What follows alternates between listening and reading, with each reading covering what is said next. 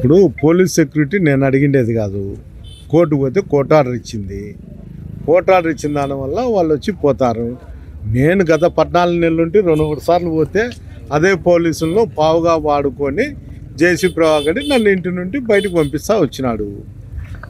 దీనికంతా ఏంది? అతను దమ్ముంటే రా, ఇంకోటి ఏంలే. అతను ధైర్యస్తుడు కదా, అతను ధైర్యస్తుడే కదా. వీళ్ళంతా వ్యవస్థనంతా అడ్డు పెట్టుకోవద్దు. మనం రాత్రిలో మా ముసుగులు వేసుకొని ఇళ్ళ మీద రాళ్ళు వేపియాక మనం ఎవరింటి మీద అంటే వాడి ఇంటి మీద. వాడు మొగోడే కదా. ఒకసారి కావాలంటే టెస్ట్ చేయించుకో, మన మొగోడో కాదో ఇంకోటో. వాడికి చేతనైతే ఎప్పుడు డేట్ ఇచ్చాడో ఇమ్మను. దమ్ముంటే నేను వచ్చేది ఏంది? వాడు ఆడ కూర్చొని నన్ను రమ్మనేది. ఇప్పుడు ఎస్పీ గారికి చెప్పమను, పంపిండి ఎక్స్ఎమ్మెల్యేను వాళ్ళ ఇంట్లోకి, మీరంతా పోండి అని చెప్పాను. వాడు చెప్పినట్లు ఆడతారు తప్ప నేను చెప్పినట్టు పోలీసు అధికారులు ఆపుతుంటే ఇట్లా బార్గెట్లు వేసుకొని నన్ను రోడ్డు మీద నేను కూర్చోవలసిన అవసరం లేదు, నాకు ఉండాల్సిన అవసరం లేదు. నాకు దమ్ము ఉందో లేదో వాడిని నిద్రలో లేపు అడగండి. నేను ఉలిక్కు పడకపోతే కన్నా నాకు దమ్మ లేనట్లే. వాడు ఉలిక్కు పడితే వాడికి దమ్ము ఉందో లేదో వాడికే తెలుసు. ప్రతిరోజు నా గురించి వాడు మాట్లాడేది, ఉలిక్కు పడేది, రాత్రులు నిద్రలేని రాత్రులు గడిపేది నాకు తెలుసు. వాడు ఒక ప్రోగ్రాం పెట్టాలంటే పొద్దున్నే పలారం ఉంది, ఇంకోటి ఉంది అని 20 సార్లు ఫోన్ చేయాలా. ఇలాంటి నీచమైన సంస్కృతి నాకు రాదు.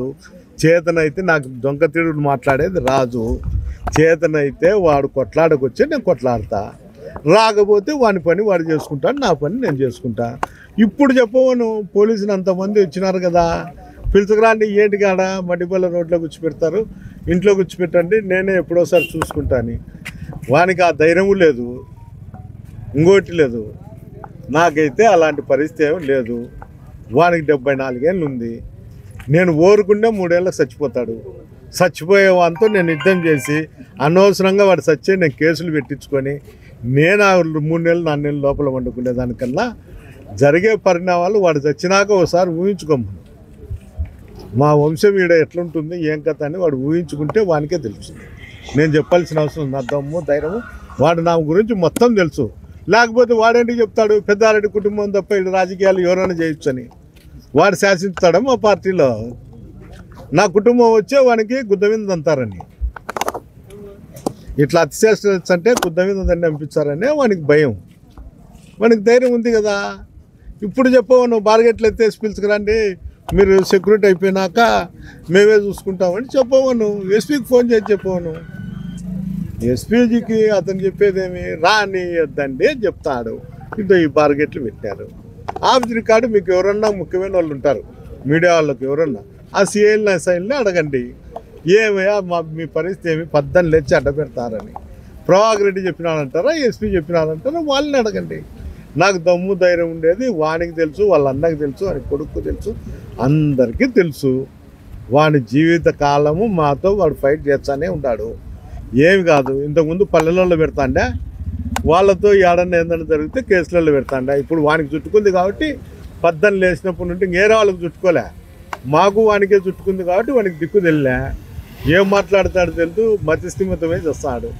74 ఏళ్ళు నేను కొట్టడంలో వాడు సచ్చే, ఆ కర్మ అంతా నాకేంటికి, ఎట్లా సచ్చాడు ఇంకా 4 ఏళ్లకు. ఇంకా సచ్చేవాడిని పట్టుకొని నేను వానితో రాజకీయం ఆడి వాని గురించి మాట్లాడుతుండేదే తప్పు. విధిలేని పరిస్థితి, దాంతోనే వాని గురించి మాట్లాడాలా. వాడిని ఉచ్చరించినా కూడా తప్పే.